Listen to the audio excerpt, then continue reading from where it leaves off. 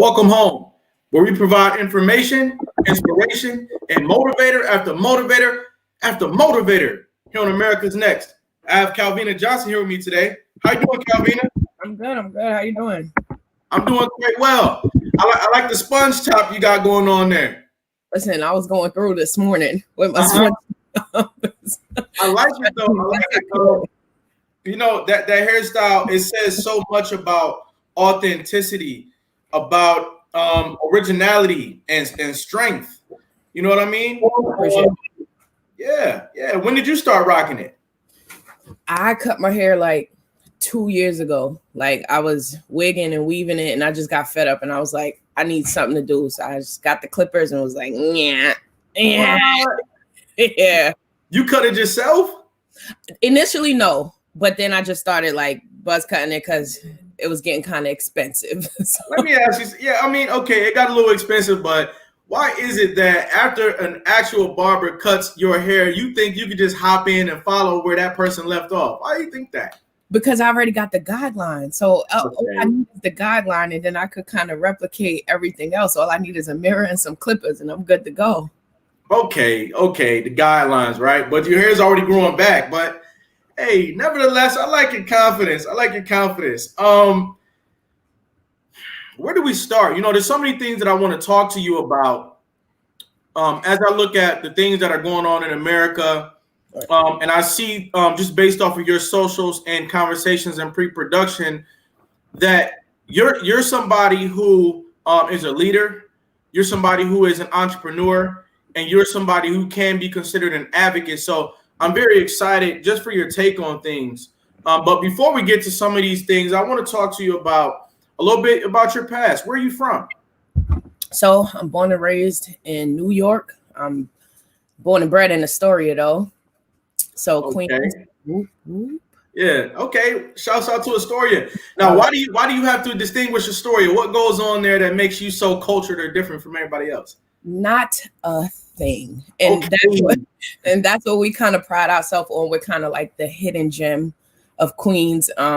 If you know, you know at this point, because, you know, it's like some people know what Astoria is and how beautiful it is. And, you know, the culture of Astoria, and some are like, what is Astoria? Mm-hmm. So either you get left or right. It's kind of no in between. Right. What are some of your fondest memories of growing up there in Astoria? Oh, man.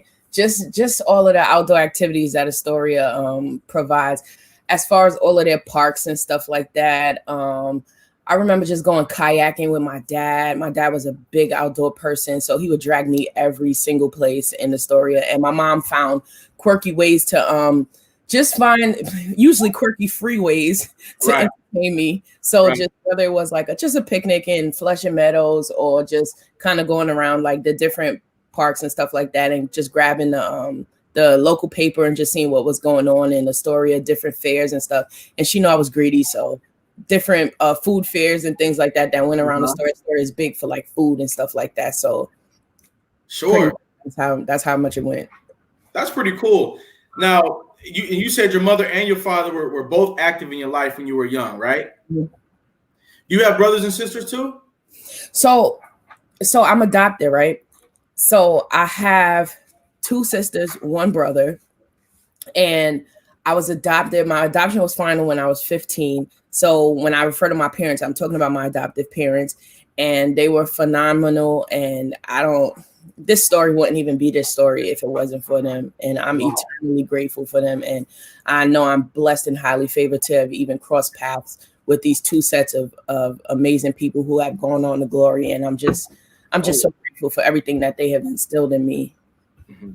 Well, you know what? Right at the onset of this interview, we want to appreciate and respect their memory, respect the contribution that they made in your life, and indirectly the community, because you've done good things in the community. And so, you know, we want to thank and appreciate your parents, and we want to thank and appreciate all the parents out there who have taken it upon yourself to reach into the life of somebody else and do a wonderful work. I don't think enough homage, respect, and admiration can be paid to people who do that, who come in and change the trajectory of your life. Right. Now, Calvina, can you talk to me about what life was like for you, let's say when you were 5 or 6 years old. What were some of the precipitating factors that contributed to you as you got older? I was pretty much again. I'm so grateful for the foster parents that I had that turned into my forever family.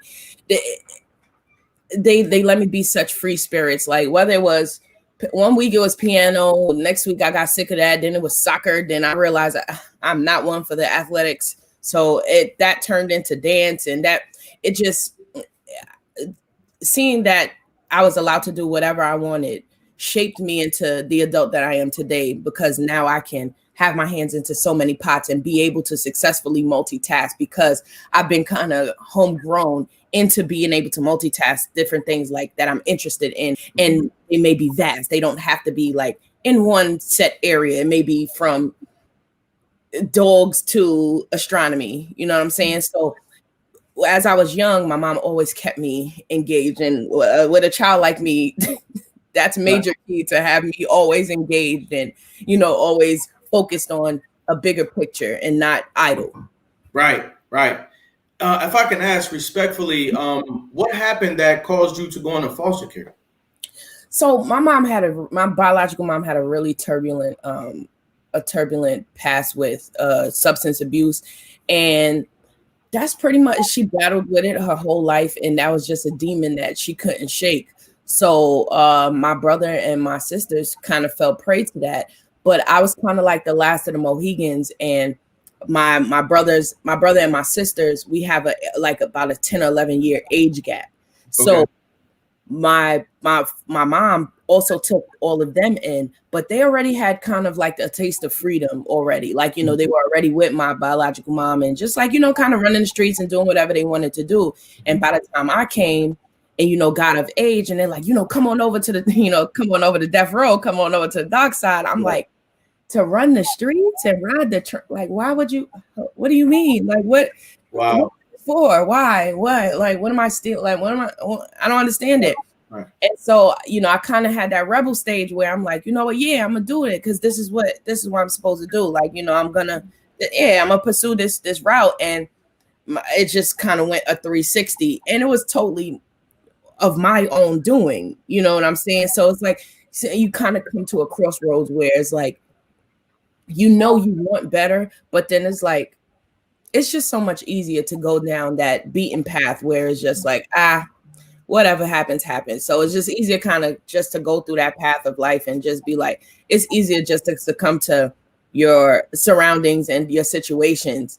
And I'm just like, okay, well, it's easier that way. So I'm just going to take that toll. But then it's I kind of just tapped in, and my mom just kept staying on me, just a positive reinforcement. And, she was very big on disciplinarian, but it was just like, she just kept on. And I'm like, why am I fighting this love? Why am I fighting this love? And, I'm just like, yeah, I'm gonna see how it rocks out on this side. You know what I'm saying? Wow. Where the separation kind of came. And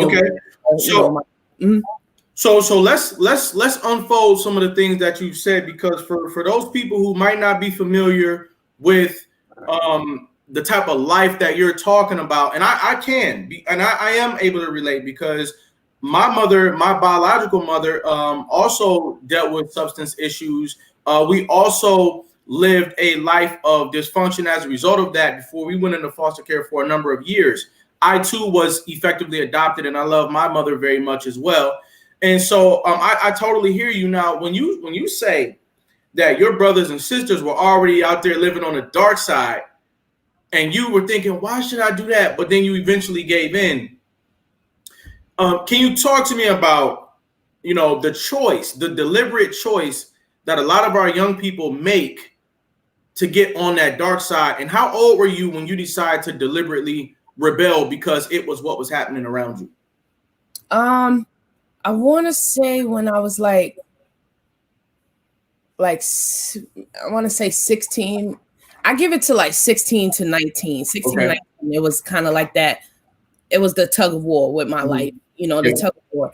And it was just fun. That's pretty much what it was. It was just fun because I had a little taste of freedom. My adopted parents had got sick. My dad had got cancer, and my mom had she had just a host of problems that she was going through, and she had a host of amputations and stuff like that. So it was a time that my dad was in the hospital. My mom was like the triad of my community, which was my dad, my mom, and my great grandmother. They were all in the hospital at the same time. So I was left to my kind of devices. She put people in place to make sure that I didn't kill myself at this point. But, I had much more freedom than I had originally. So that's when I said, idle things start to set in, and I started running with the people that were just fun, and they were fun. The people that tutor and the people that go to class, they weren't fun. They were not fun. I like to run the streets of Harlem. I love to run the streets of the projects, and it was just fun. I loved, just getting into stuff that I had no business getting into. And it was honestly, it was the highlight of my young days. Right. It really was. Any tips that you can offer for young people who might watch this video in the future, or a parent who has a child right now that absolutely loves to run the streets? Can you give any tips for safety to young people out there who are in that phase right now? You know what it was? I was in such a struggle with self that I was just trying to fold into a model that I never fit into. So when a parent or when someone offers to be yourself, it's so much that encompasses that just gets lost in translation. You have to help someone discover who themselves actually are. You know what I'm saying? There's a process to understanding who you are and being okay with who you are, and being okay with that you may not fit in this class or you may not fit in that class, but whatever class you'll fit in, people will flock to that. And that will be the class of its own, because I was running with the kids who was running the streets and stuff like that. But I always never knew I didn't fit in. I was always the one that had that story. Like, I had both parents in the home. I ate good. I dressed well. My grades weren't decent. I'm sure they let me out of high school because they didn't want to see me another year. So they gave me my diploma because I definitely didn't earn it. So it was just like, I wasn't off that side of the track. So right. I was kind of awkward, but I always fit in because I had the street smarts or whatever. But and I was always the kid who was in church and doing all of this other stuff. And that's kind of like the biggest thing that weighed on me, like my faith. I was just so heavy in the church. It was just like, I was so awkward. I was just socially acceptable at that point in my life. And I just didn't know what group to fit in, because I was too street to be in church all day. And I was just like, listen, if this were to take to go to heaven, I'd rather go to hell, because it's just too tiring. It's too much work, and I'm not for it. And I'm 16. What? Ministry, not my. So you know what? It was tug of war. You know what you're talking about right now is huge. I think that so many young adults are experiencing exactly what you're experiencing right now. And because of that, I'm going to have to make you a case study for at least the next 5 minutes or so, because you're obviously not there anymore. There's no way you would be here with me on this TV show if you were still the type of person that needs to leave out the house at 6:30 and rip and run the streets, regardless of anything. So I want to know, what happened? What happened when you saw that line that you weren't willing to cross outside? And I'll give you an example.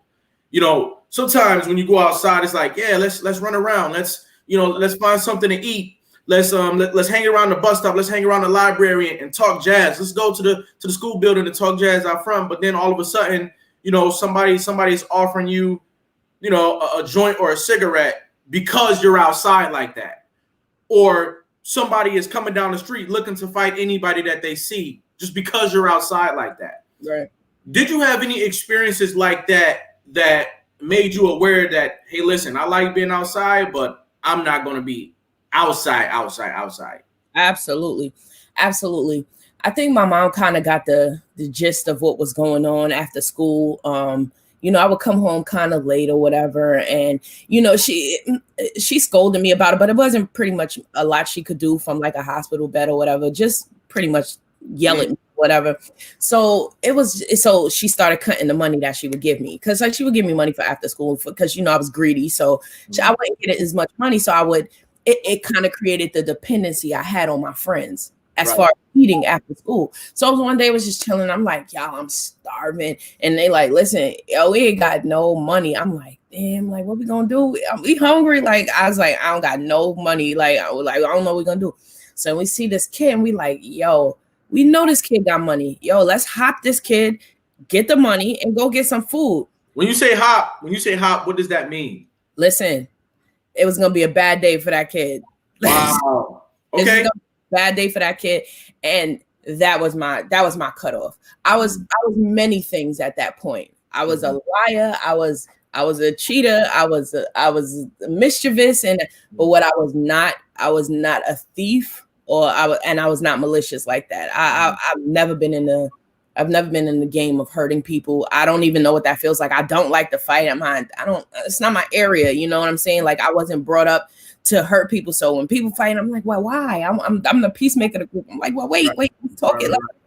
So that was kind of like my cutoff. And I was like, yeah, it's a no for me, dog. Like, that ain't gonna make it for me. So it's a no for me, dog. that's my cutoff. I'm not gonna be able to do that. So you know what? I want to take a moment to shout out some of the people we have in the building. We have Ani King Riley in the building. She says, good morning to you.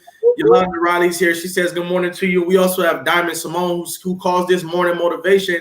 And I couldn't agree more. I could not agree more. Now, I got a slew of questions that I'm ready to, share with you right now. And I want you to field them as effectively as you can. The first thing is this. Is there a line that you would consider a point of no return out there in the streets?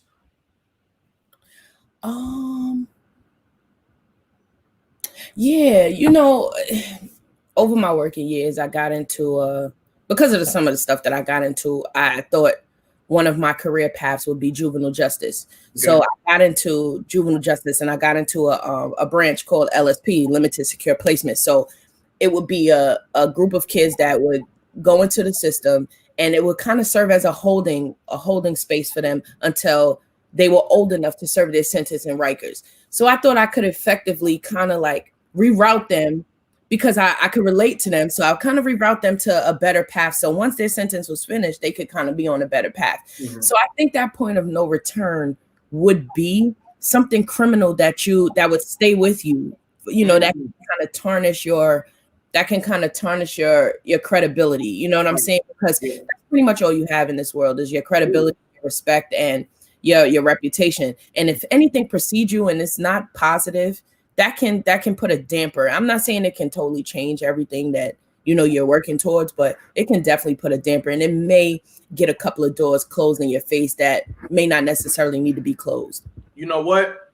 I had a mentor who told me one time, he said, you know what, Cedric, in life, you're going to make mistakes. You're going to do things that in retrospect, you're going to realize wasn't a good thing for you to do.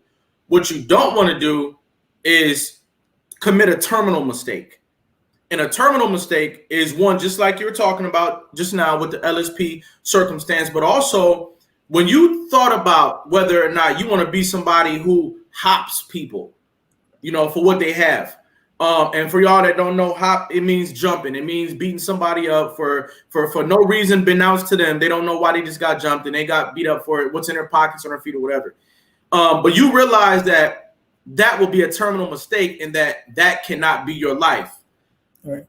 But you loved to be outside, out there in the world. And so I'm gonna ask you this. Do you think that we need a place that can that can house and interact with young adults and adults that just want to have fun? No, it's not the Boys and Girls Club. All due respect, I think we're tired of that. No, it's not the local recreation center. With all due respect, I think we're tired of that.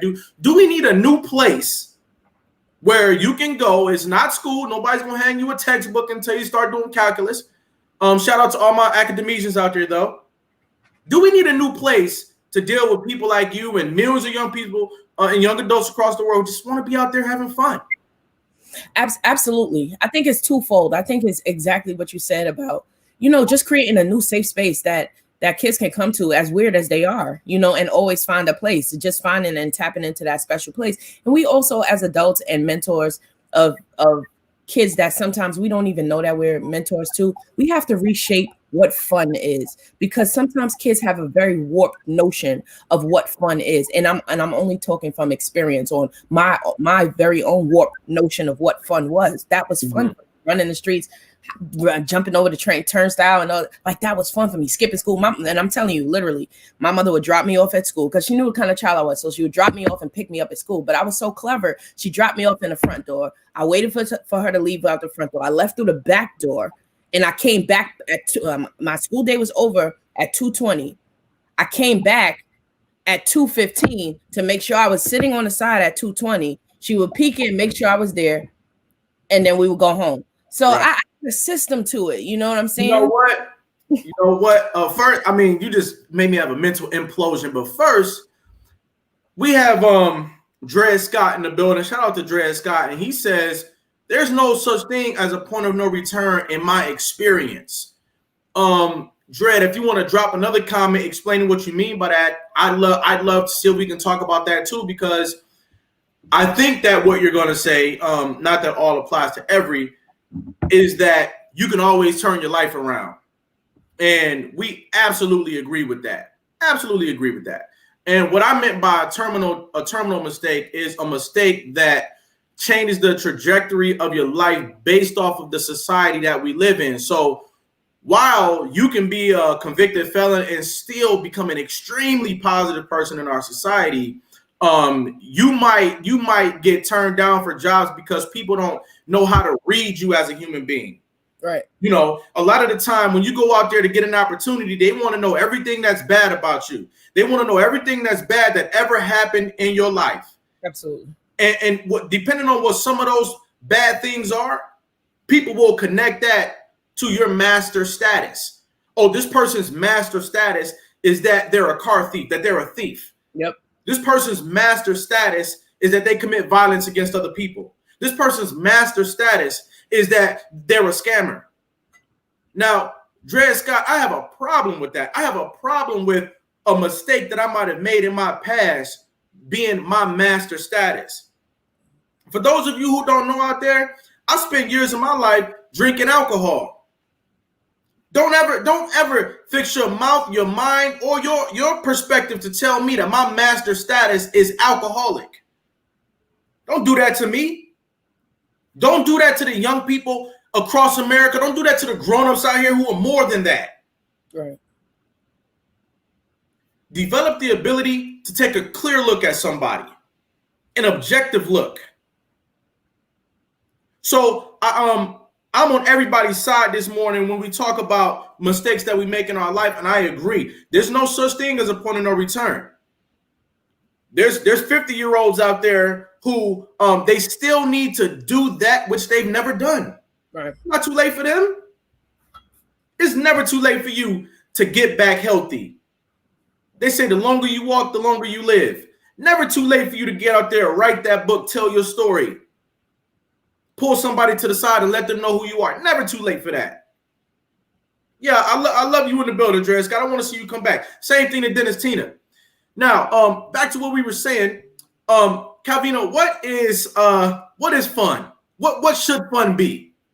Fun, especially at a young level, fun should be something that, you know, creates these memories. You know, when I think back about the fun that I had that couldn't have got me locked up or shot or anything like that, I just think about just good, clean fun that I didn't have to work for, that I didn't have to, you know, have a plan or nothing. Just being out in Coney Island, just running up and down the boardwalk, cartwheeling, getting on the rides, and just hanging out with my friends, getting food, and just chilling out. Just summers in New York are the best. I think if you grew up in New York, you've had a marvelous experience as a kid. You know what I'm saying? It's so much to do in New York in the summertime. And if you're like an artsy person like I was always the event planner for my set of friends once I got a set. So it was either the museums or the parks or the zoos and stuff like that. So if once we reshape our idea of fun as a child or youth or adolescent, you can get much more value out of life. You start living as opposed to what you were saying before as surviving. You know what I'm saying? Mm-hmm. I'm just gonna shoot this shot and see if you can slam dunk it. How do we talk to adults out there who they're living a toxic life because they never change directions. They never realize that the type of fun that I'm having is going to lead to me breaking the law someday. It's going to lead to me, messing up my opportunity to have an optimal life outcome. When we have conversations like this, a lot of time people think, oh, this is for the children. This is for the teenagers. This is for the young adults.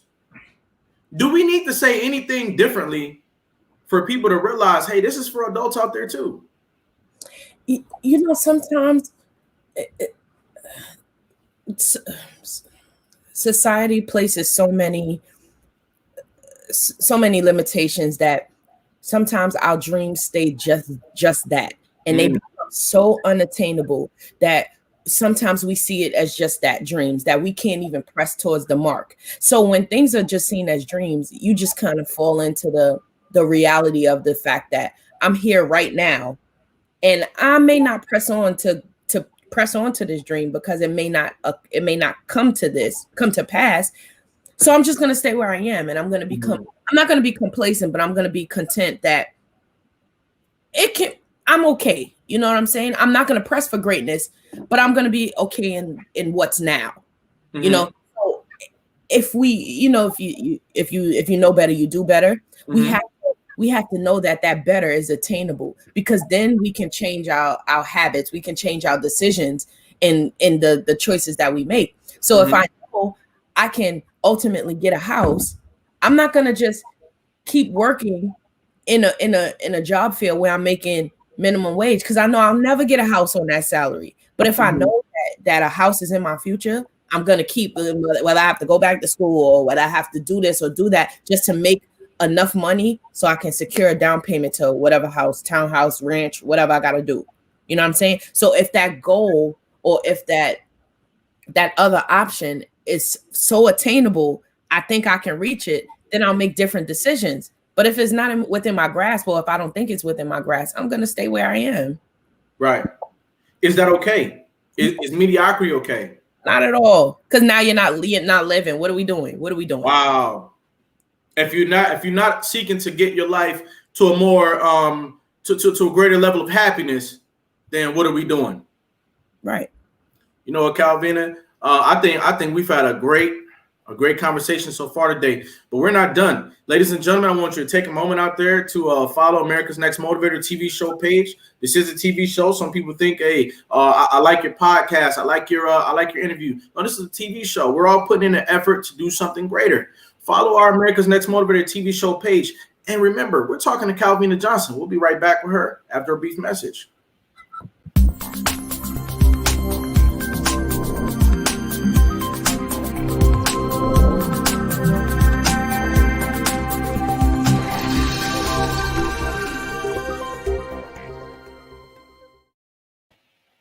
America's Next Motivator, Monday, Wednesday, and Friday at 5 p.m. Eastern, Tuesday and Thursday at 10 a.m. Eastern. America's Next Motivator, hosted by me, Cedric Riley, and sponsored by the Pride Empowerment Network.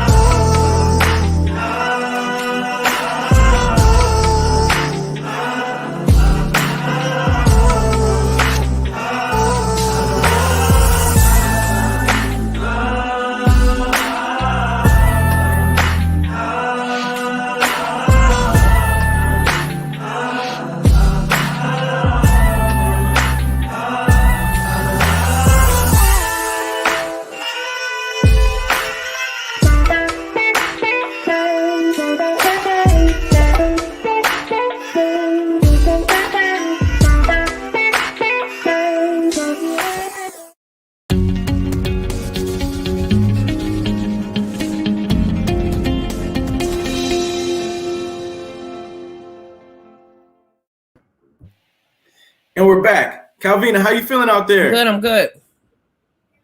All right. So, as you graduated high school and you said that that wasn't the time when you were hyper focused in your life, what were you thinking about as a young adult? What was your objective? Honestly, I wasn't thinking about much because when I tell you I wasn't prepared to graduate high school because I barely did not barely did any work, but I barely did any substantial work. And like I said, they probably gave me my diploma so they didn't have to ever see me again. So it's like once I graduated, before that, I had an amazing guidance counselor that just spoke life into me. Like, she really took the time with me, as spastic as I was. Shout out to Miss Hazard. Like she really took the time with me, just kind of like focused me in, and she's like, well, what do you want to do? And what do you just apply to any college? I'm like, I'm not going. I don't want to do it. And she's like, well, just apply here and just do this and like just help me with my college applications. And this lady in my church also, she was an amazing mentor to me and helped me out a lot with my college admin and stuff like that.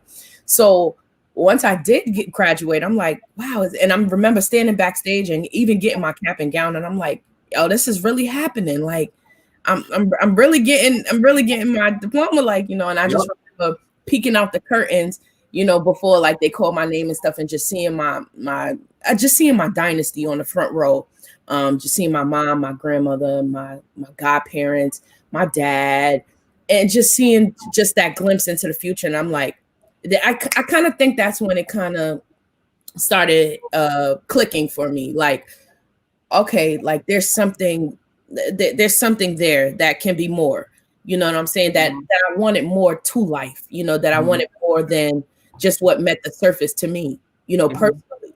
So, after high school, I went to college, and I went away to college at that. I thought I was going to be just like one of the community college person. I definitely applied for LaGuardia and stuff like that. I was always in the arts because I was in church so much.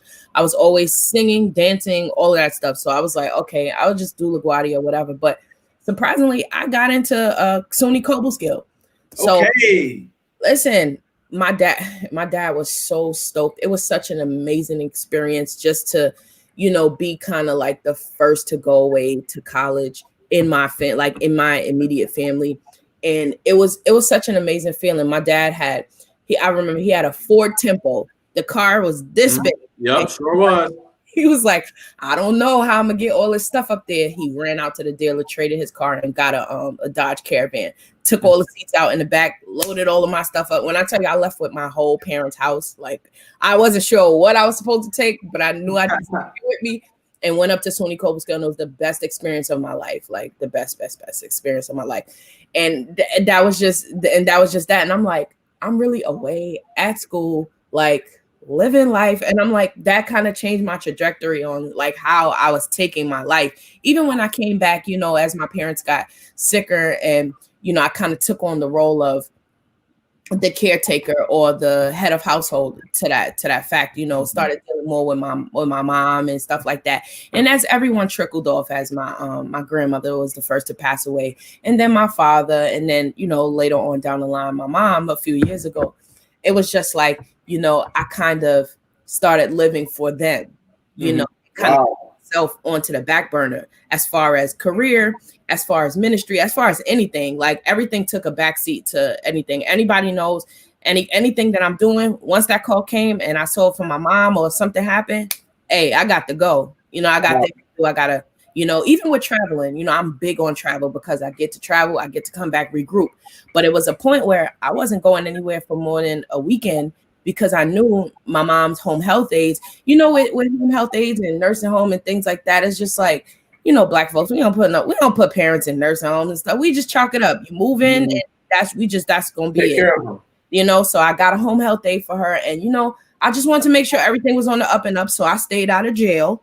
I made sure, people did what they were supposed to do. And I was like, I feel like 3 more days would be too long for me to leave her in the house with somebody that is not family or something like that. So I didn't travel for more than 3 days at a time. So if it wasn't a weekend trip, I wasn't going. You know what I'm saying? So I kind of started to stifle myself in life because I had other responsibilities that I didn't even mind at the time, because I'm like, I don't even belong to these people biologically, and they loved me unconditionally and without reservation. And this is what I owe this to them. So that's kind of like I said, on how from high school until my early, like before I turned 21. So all that happened between ages 17 to 20. This is kind of what I was dealing with and figuring it out along the way. You know what? I think that is very commendable that you realize, hey, there might come a time in my life where I'm going to need to give back to my parents by taking care of them the way that they took care of me. Do you think that more young people need to take on, and not just young people, do you think that more people in general need to take on that perspective that, hey, there's going to come a time where I'm going to need to take care of my parents the way that they took care of me? Absolutely. I think the bond between parent and child, or parent and kids, need to be stronger, because that is the stronghold. I couldn't have made it through half of the things, or process, or even handle half of the things in life that I could without God and my parents, because I did what I saw, so it was times throughout a lot of stuff that I did, I always made it to work. Like, my mom was a stickler. Like, I saw my mom work. Like, always. It was a traditional family, but then it wasn't like it. My mom wasn't a stay-at-home mom that cooked and cleaned and all of that stuff. Not at all. She worked every day. My dad was an entrepreneur. So he worked day in and day out.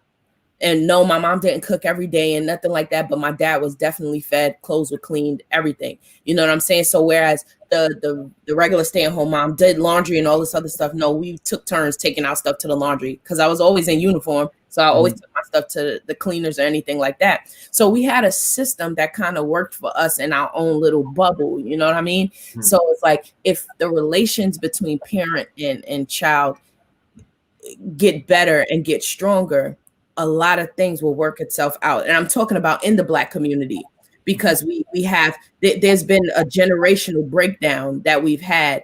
And I see it a lot in Black families. Once a kid turns 18, okay, well, get a job, get out of my house, you got to pay rent. My mom never did that. My parents never did that to me. Like, never did that to me. I don't even think I started paying rent because I felt bad after a while. And I'm like, wow, I'm really making decent. Like, after I swung a job at the Bronx Zoo, I was making $2,000 every other week. $2,000. I was 19. My father paid my phone bill. I ain't had no bills. I was at home. $2 bands a week.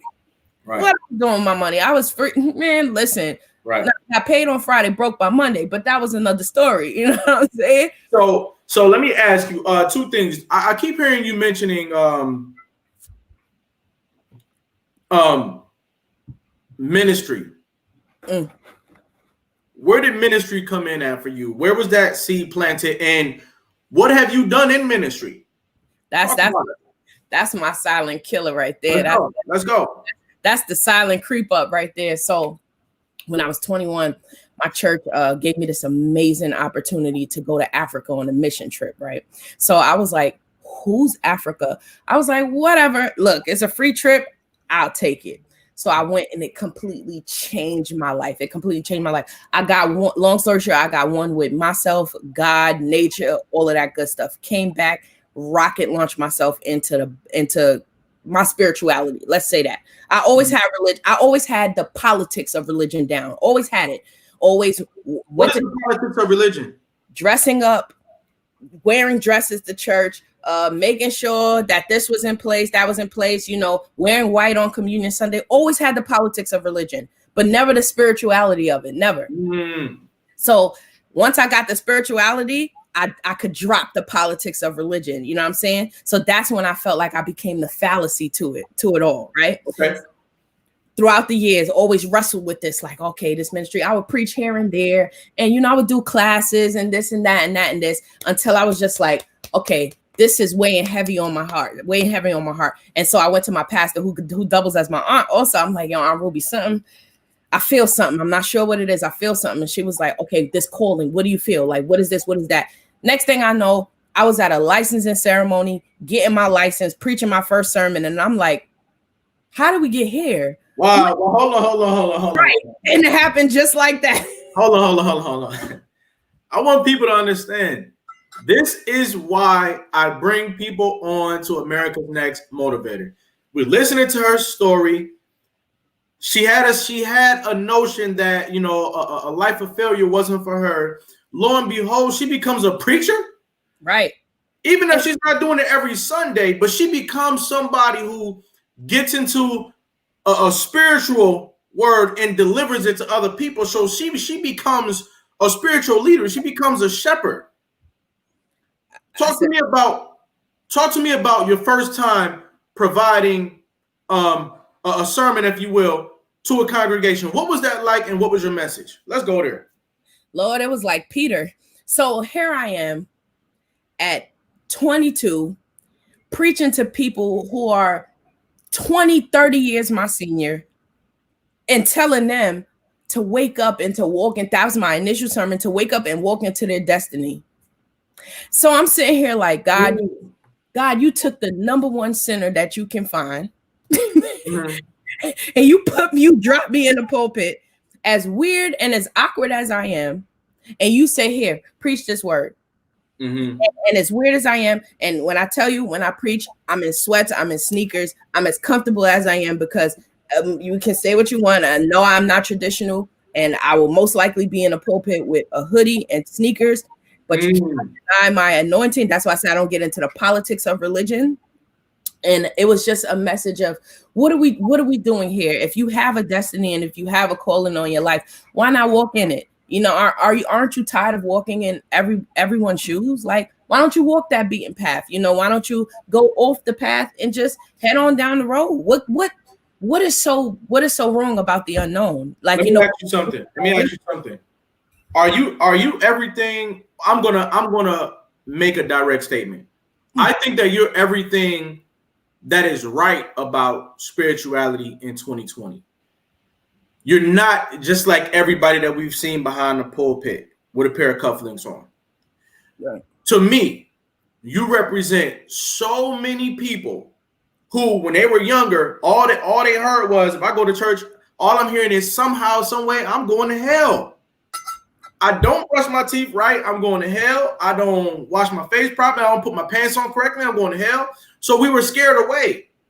You go out there, you see that the world is not just all positive when it comes to freedom. Free will can lead you to your demise. You say, no, let me pull back a little bit. Let me get back into my spirituality. But guess what? I'm not throwing them cufflinks back on for you. Right. I'm not putting on nobody's suit for you. I'm not going to be looking like everybody and anybody. I'm going to look like me. I'm coming as I am. You said that, right? I'm coming as I am. And Christ is in me. I think that what you're doing is everything right about spirituality in 2020. What can we do to get more people who might have lived a similar journey to yours to get into some form of spirituality? I think just being a living sacrifice, you know, that's why I'm very transparent in my ministry. I'm very transparent in life. Like, you can't guilt me. I think if we're okay with the decisions that we make and that relationship that we have with God, you know what I'm saying? No one can ever guilt me into any decision that I've ever made for my life, right, wrong, or indifferent. And if it was wrong, I probably made it twice just to make sure it was wrong. You know what I'm saying? So you cannot guilt me and, oh, you was in the strip club and this and that, and that. You know how many people that go to my church that I told to come to my church that I met in the strip club? Like, you know, you can't shuffle me into guilt for the choices that I've made for my life, because when you understand that God has this master plan for your life, you understand why you're put into certain places and will come across paths with certain people. So you can be an example, or you can uplift them, or you can be a encouragement to them in whatever situation or trial or tribulation that they may be going through. Or you can just be a friendly shoulder to cry on, that, you know, that they may need an end and be like, well, okay, I can't help you there, but I know an entity that can help you. You know what I'm saying?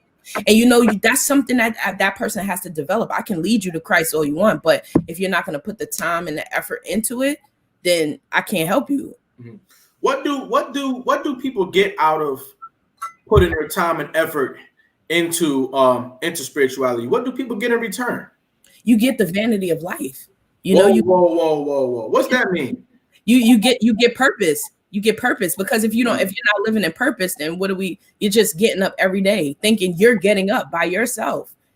So that's the insane part about it. If you think you're waking yourself up and you're just going in and day out, and that you're missing something, go find that thing that you're missing. Now, it may not be Christianity, it may not be Buddhism, it may not be Islam, but if it's something that's missing in your life, you may already be feeling that calling, and it's your obligation to go get that.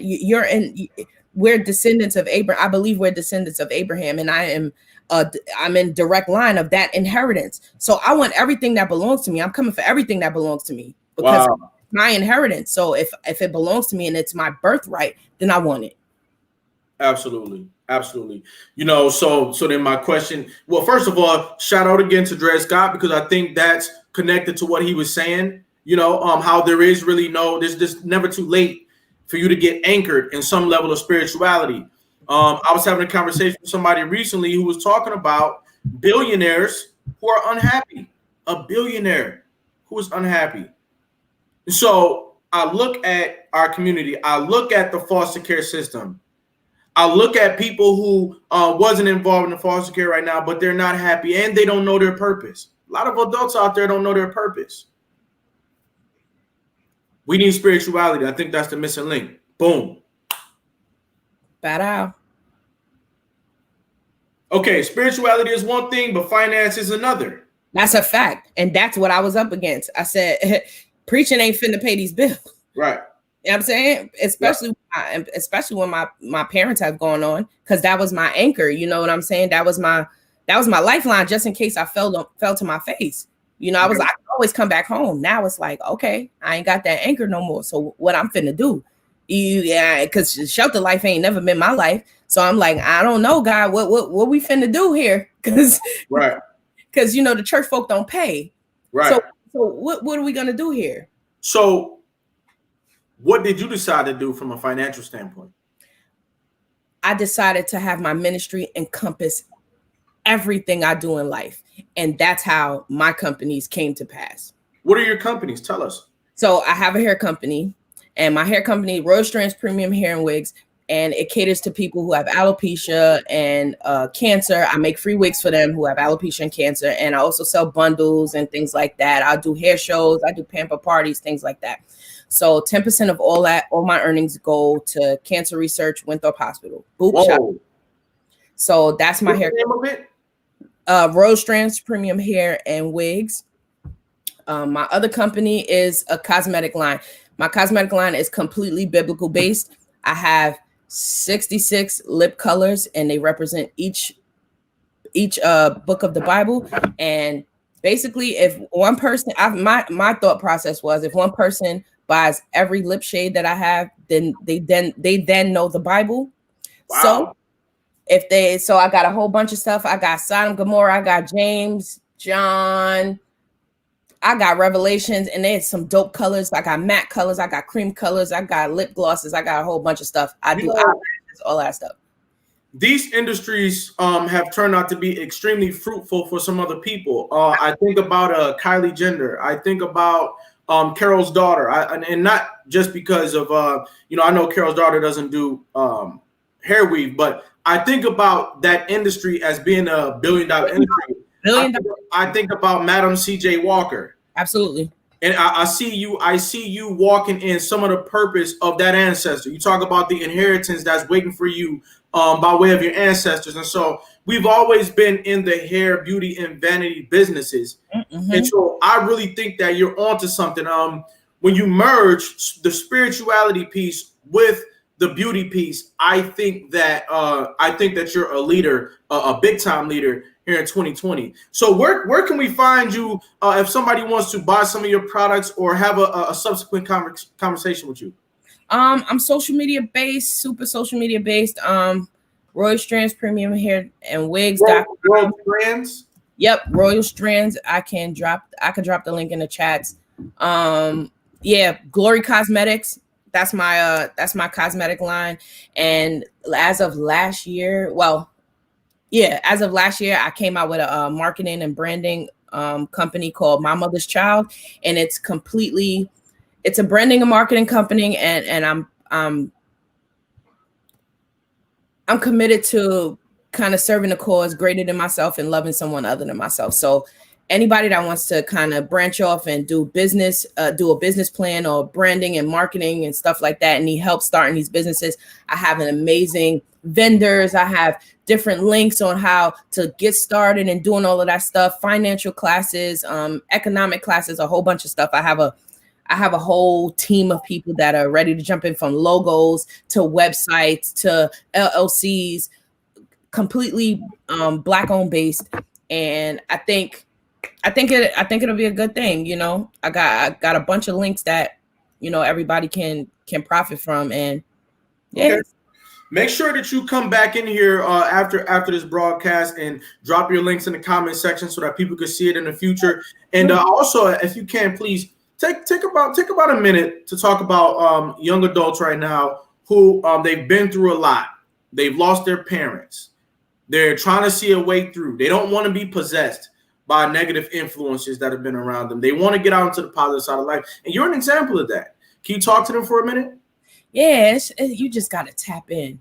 And it's like when you tap in, you just see the beauty of yourself, whatever that self may be, as messy, as weird, as quirky as you are. Just tap into yourself, and then you appreciate yourself. And when you appreciate yourself, then your self-love comes about. And you know what I'm saying? And nobody can ever take self-love from you. And then you'll understand that people that don't appreciate you for the way you love yourself, they're not worthy. You know what I'm saying? You can't. And the people that do appreciate you, those are your lifers. Those are the people that you keep close to you. Mm-hmm. You know, you start to be able to weed yourself out of people that are supposed to be branches in your life and people that are supposed to be leaves. And you know, those branches are people that are supposed to be solid. You know, they'll bend with you, but they're not gonna fold. They're not gonna break on you. But those leaves, they shed, seasonal. You know what I'm saying? Those people just seasonal, and they come and they go and they come and they go. But don't be mad at that, because that's just what it is. They just gonna come and go, come and go. You gotta let them do that. What I'm saying is, you know, you tap into those people that are around you, and that becomes your community. And when you in the pits, those are the people that's gonna lift you up. You know, we can always say, I don't need nobody in this and that. You do, but right. You have to tap into yourself to form what you're looking for. You know, you attract what you are. So if you attract these people will come to you, and they'll form this community. They'll form this layer of protection around you, and couple that with spirituality. If you get you some, you know, some God in you, man. Listen. You know what? As we round third base here, I think that you've given out a lot of edifying information. I got 3 questions for you as we round out. The first one is, what is survival to you? Survival is just the bare necessities. It's just the bare necessity. It's just come day in, day out. I'm alive. All right. I'm gonna see if I'm alive tomorrow again. Mm-hmm. And just that Russian roulette game. That's just survival to me. What is success to you? You got to come back to me on that one. I'll tell you that on my deathbed, because it's a process. I think success is, you only can tell success on your dying bed. Like, hey, this process, and this is why I'm successful, because it's subjective. It's different. So I only could tell you that when I'm dying. So gotta come back. Okay. Gotta have Calvina back on her deathbed. Right. What is greatness to you?